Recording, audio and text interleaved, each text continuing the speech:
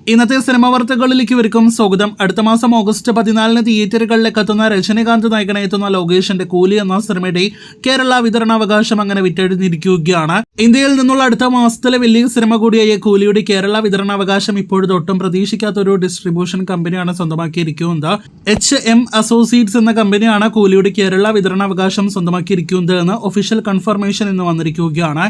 എത്ര കോടിക്ക് സ്വന്തമാക്കിയെന്ന് ഇനിയും കൺഫേം ആക്കപ്പെട്ടിട്ടില്ല എങ്കിൽ പോലും റൂമേഴ്സ് പ്രകാരം 12 കോടി എന്നാണ് റിപ്പോർട്ട്. ഏകദേശം ഒരാഴ്ചയ്ക്ക് മുന്നേ പ്രേക്ഷകരെ അറിയിച്ച റൂമേഴ്സ് എമൗണ്ടും ഈ പറഞ്ഞ തുക തന്നെയായിരുന്നു. എന്തായാലും കൃത്യമായ റിപ്പോർട്ടുകൾ കേട്ട് കാത്തിരിക്കൂ. അപ്പോൾ കൂലിയുടെ കേരള വിതരണാവകാശം വിറ്റഴിഞ്ഞിരിക്കുകയാണ്. സുരേഷ് ഗോപി നായകനെത്തിയ Janaki V versus state of Kerala ഇന്നലെ ആയിരുന്നല്ലോ തിയേറ്ററുകളിലേക്ക് എത്തിയത്. അത്ര മികച്ച അഭിപ്രായങ്ങളല്ലല്ലോ JSK ആദ്യ ദിവസം തിയേറ്ററുകളിൽ നേടിയെടുത്തത്.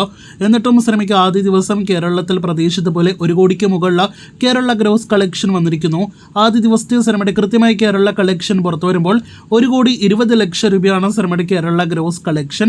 സിനിമയുടെ ഒരു ഹൈപ്പെല്ലാം തന്നെ വെച്ച് നോക്കുകയാണെങ്കിൽ മികച്ചൊരു തുടക്കം സിനിമ ആദ്യ ദിവസം നേടിയെടുത്തിട്ടുണ്ട്. അതേസമയം ചിത്രത്തിന്റെ ആദ്യ ദിവസത്തെ വേൾഡ് വൈഡ് കളക്ഷനെ കുറിച്ചുള്ള റിപ്പോർട്ടുകൾ വന്നിട്ടില്ല. ഇതിനിടയിൽ ഇന്ന് സിനിമയുടെ 2ാം ദിവസത്തെ വെള്ളിയാഴ്ച ബുക്കിംഗ് എല്ലാം തന്നെ നോക്കുകയാണെങ്കിൽ കേരളത്തിൽ നല്ലൊരു തിയേറ്റർ സ്ക്രീൻ കൗണ്ട് എല്ലാം തന്നെ ലഭ്യമായ സിനിമയാണ് JSK.